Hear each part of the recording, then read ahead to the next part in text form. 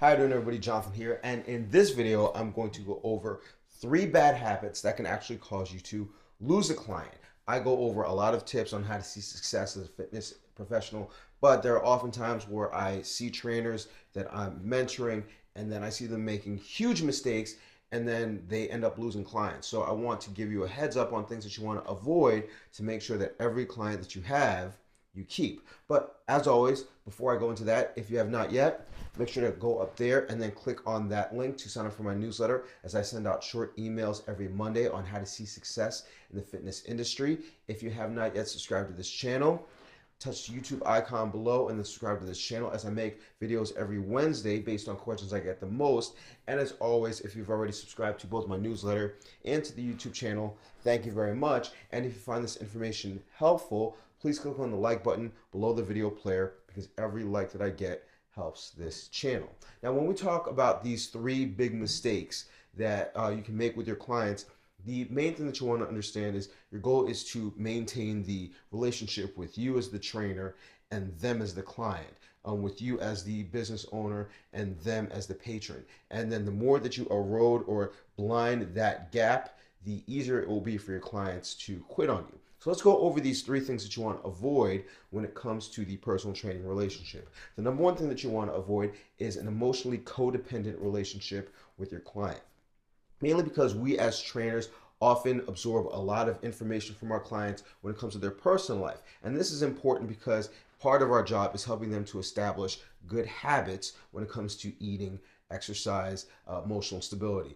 And that can wear us out. Or sometimes we can get so much disclosure from a client that in an effort to relate, we self-disclose as well. And while that is important, you don't want to give your clients the same responsibility or the same weight of your problems that they give to you. It's your job not to give your story and then complain to the client. It's your job to say, I can relate based on what I've seen, and here's how you can recover. So your job is not to become that vulnerable to your client to the point where you're seeking out their advice. So it's not the case where you don't share with the client, but when you're seeking out their advice and you're becoming emotionally subordinate to them or equal to them, you start to erode the relationship between you as the trainer, and then you essentially just become the friend. And it's very easy for a personal training session to just become a chit chat or a meetup, and then work isn't getting done. A client is less likely to see overall results.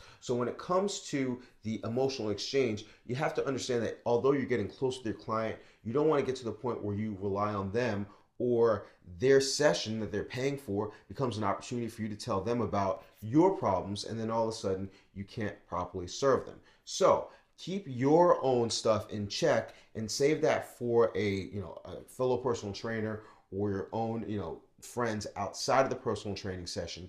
And you can call upon your personal experiences to help the client, but don't make them your therapist. Now, the second thing that trainers often do wrong is that they'll start to just take payments by session. I have a lot of trainers that come to me and they're asking for help when it comes to their business, and they engage in a situation where they just take payments by session because the client will pay them cash, or they'll pay them more if they only do one at a time.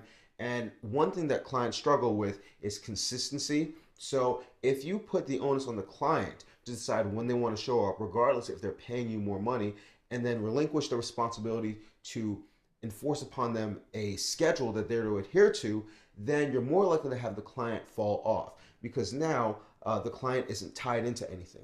People don't get personal trainers and people don't hire fitness professionals because they have everything in order. They hire us because they need somebody to give them a structure. So if you allow yourself to fall into a situation where you're just allowing the client to dictate how frequently they see you, and there's really no set goal for them, then you're setting yourself up to lose a client, because eventually they'll run into a hard period at work, or they'll have their own personal problem, and you're going to be the first to go. So you want to make sure in the very beginning of your client trainer relationship, you establish your expectations out of the client, and then don't be afraid to ask for money. Don't be afraid to lock them in, because it's your job to lock them into a situation till they get to their end goal. Now, once they get to their end goal, then perhaps then you can be a little bit more lenient when it comes to the frequency at which they attend it. But in the beginning, you want to make sure to establish the habit for them and then see them through it. Now, the last habit that you would want to avoid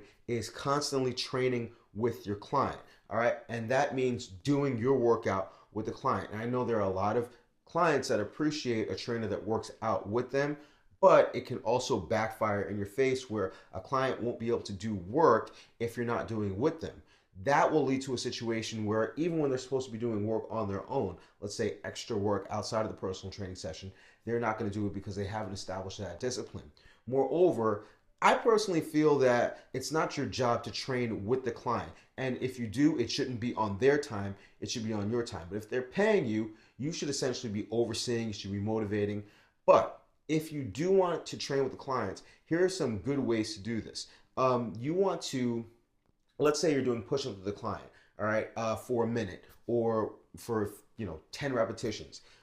Their goal should be to get 7 repetitions on their own, and then the last few reps, that's where they're going to really need your motivation. That's where you can jump in, all right? Have them establish a habit of being able to start things on their own, and then you can help them finish it out, because the same is going to go through with nutrition, where if you're not constantly checking on them and essentially just making their food for them, then they're just going to say, well, I didn't have the help, so I couldn't do it. A lot of the success that your client sees is going to be based on work that they do outside of your realm of control. If you just allow yourself to do all the work for them in the personal training session, then they're not going to be able to build that willpower outside of the personal training session. Another thing that you can do is that if you have a client do a workout that you do on your own, or that's very similar to a workout that you do on your own, do the workout on your own and use it as a guide or as a challenge for your client to try to hit those numbers or to try to hit that score. That way, they will have the motivation of knowing that you did the workout, and then their goal is to just try to catch up to you, because most clients want to look like their trainers. And last but not least, because it is good to engage with your client as much as possible, you can just pick the hardest exercise of the day or one exercise that they particularly struggle with, and you say, hey, you've done a good job so far this session. For this, last set of burpees, I'm going to do it with you. That's a good way to work out with your client. But if your client requires you to work out with them from beginning to end, say for, let's say, a walk around a track to warm up, then you're really not doing your client a service or a favor, because you're not giving them the opportunity to build their own willpower. And again, you want to make sure that you retain the distance between the trainer and the client, between the business owner and between the patron. And the more that you're able to do this, and the more that you're able to give your client some independence, the better off they'll be, and the more they'll be able to see independence. So you don't want to erode that relationship. Make sure to stay away from these bad habits that can eventually cause your client to become your buddy, and then all of a sudden you've lost the client.